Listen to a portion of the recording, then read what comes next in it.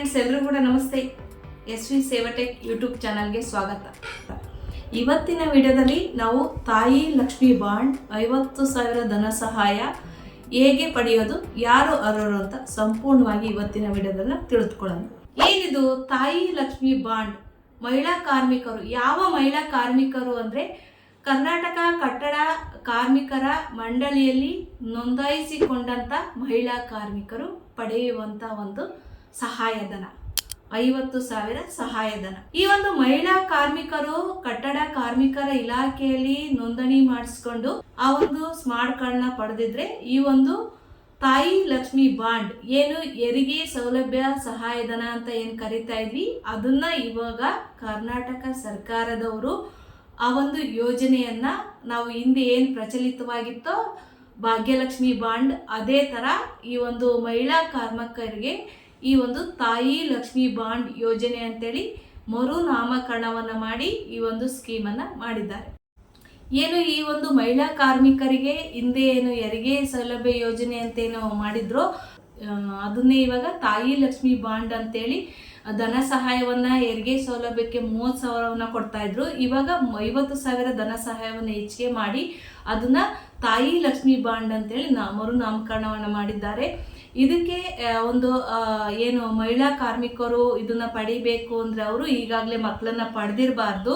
ಆ ಒಂದು ಸ್ಮಾರ್ಟ್ ಕಾರ್ಡ್ನ 12 ತಿಂಗಳಾಗಿರ್ಬೇಕು ಅಥವಾ 90 ಡೇಸ್ 90 ದಿನಗಳಾದ್ರೂ ಅವರು ಕೆಲಸವನ್ನ ಮಾಡಿದ ಮೇಲೆ ಅವರು ಅರ್ಜಿಯನ್ನ ಸಲ್ಲಿಸಲಿಕ್ಕೆ ಅವಕಾಶ ಇರುತ್ತೆ. ಅವರಿಗೆ ಹೆಣ್ಣು ಮಗು ಆದ್ರೆ 30,000 ಧನ ಸಹಾಯವನ್ನ ಕೊಡ್ತಾರೆ, ಗಂಡು ಮಗು ಆದ್ರೆ 20,000 ಧನ ಸಹಾಯವನ್ನ ಕೊಡ್ತಾರೆ.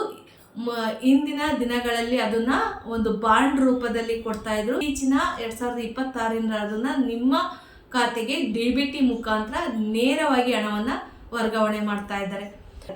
ಹೀಗೆ ಅವರು ಒಂದು ಅರ್ಜಿಯನ್ನ ಸಲ್ಲಿಸಲಿಕ್ಕೆ ಅವರಿಗೆ ಬೇಕಾಗುವಂತ ದಾಖಲೆಗಳನ್ನ ನಾವು ನೋಡೋದಾದ್ರೆ, ಅವರ ಒಂದು ಏನು ಕಟ್ಟಡ ಕಾರ್ಮಿಕರ ಇಲಾಖೆಯಲ್ಲಿ ನೋಂದಣಿ ಮಾಡಿಕೊಂಡಂತ ಒಂದು ಸ್ಮಾರ್ಟ್ ಕಾರ್ಡ್, ಲೇಬರ್ ಕಾರ್ಡ್ ಬೇಕಾಗುತ್ತೆ. ಅದಾದ್ಮೇಲೆ ಮಗುವಿ ಮತ್ತು ತಾಯಿಯ ಒಂದು ಭಾವಚಿತ್ರ ಬೇಕಾಗುತ್ತೆ, ಆಧಾರ್ ಕಾರ್ಡ್ ಬೇಕಾಗುತ್ತೆ, ಬ್ಯಾಂಕ್ ಪಾಸ್ಬುಕ್ ಬೇಕಾಗುತ್ತೆ, ಮತ್ತೆ ಏನು ಡಿಸ್ಚಾರ್ಜ್ ಸಮ್ಮರಿ, ಹಾಸ್ಪಿಟಲ್ ಅಲ್ಲಿ ಡೆಲಿವರಿ ಆದಂತ ಒಂದು ಡಿಸ್ಚಾರ್ಜ್ ಸಮ್ಮರಿಯನ್ನ ಇಟ್ಕೋಬೇಕು.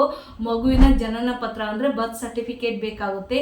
ಅವರ ಮಗು ಎರಡನೆಯ ಮಗು ಆದ್ರೆ ಎರಡನೆಯ ಮಗು ಅಂತೇಳಿ ಒಂದು ಅಫಿಡವಿಟ್ ಅನ್ನ ಮಾಡಿಸ್ಕೊಂಡ್ ಬಂದಿರ್ಬೇಕಾಗುತ್ತೆ.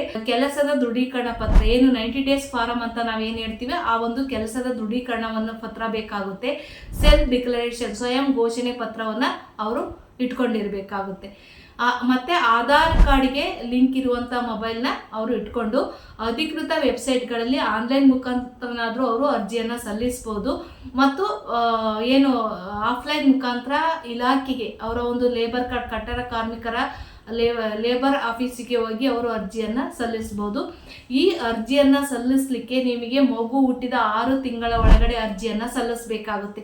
6 ತಿಂಗಳ ನಂತರ ನೀವೇನಾದ್ರೂ ಅರ್ಜಿಯನ್ನ ಸಲ್ಲಿಸಲಿಕ್ಕೆ ಹೋದ್ರೆ ನೀವು ಅರ್ಹರಾಗೋದಿಲ್ಲ.